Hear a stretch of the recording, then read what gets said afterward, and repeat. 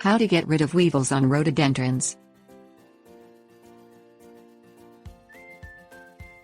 Weevils are one of the most common and destructive rhododendron pests. The insects eat the leaves of the plant, weakening it and eventually killing it. Weevils live in leaf litter on the ground and climb rhododendrons at night to feed.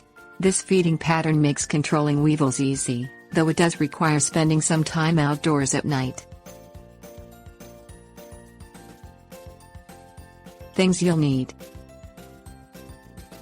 bucket, water, liquid dish soap, white towel or sheet, clear plastic wrap, sticky insect barrier, coffee grounds, garden shears.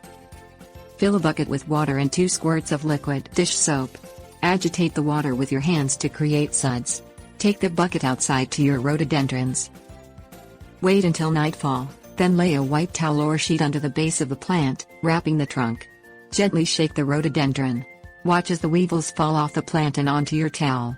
Weevils, which are gray or blackish brown in color, are about 1/4 to 1/2 inch long and have a short broad snout with antennae attached. When you stop seeing weevils fall, quickly submerge the towel in the soapy water and leave it underwater to drown the bugs. Use a flashlight to thoroughly examine the plant after you remove most of the weevils by shaking. Pick off any remaining weevils you see and dunk them in the soapy water. Wrap the base of the rhododendron in clear plastic wrap. Coat the plastic in a layer of sticky insect barrier. The sticky barrier traps the weevils as they try to climb up the trunk of the shrub. Remove the plastic wrap once every 3 days and replace it with new sticky barrier. Pour a 1-inch layer of coffee grounds around the base of the shrub. The grounds act as a natural repellent. Clear any dead leaves or mulch from the base of the plant. Weevils live in loose litter near the trees, and removing their living environment prevents them from breeding near your plants.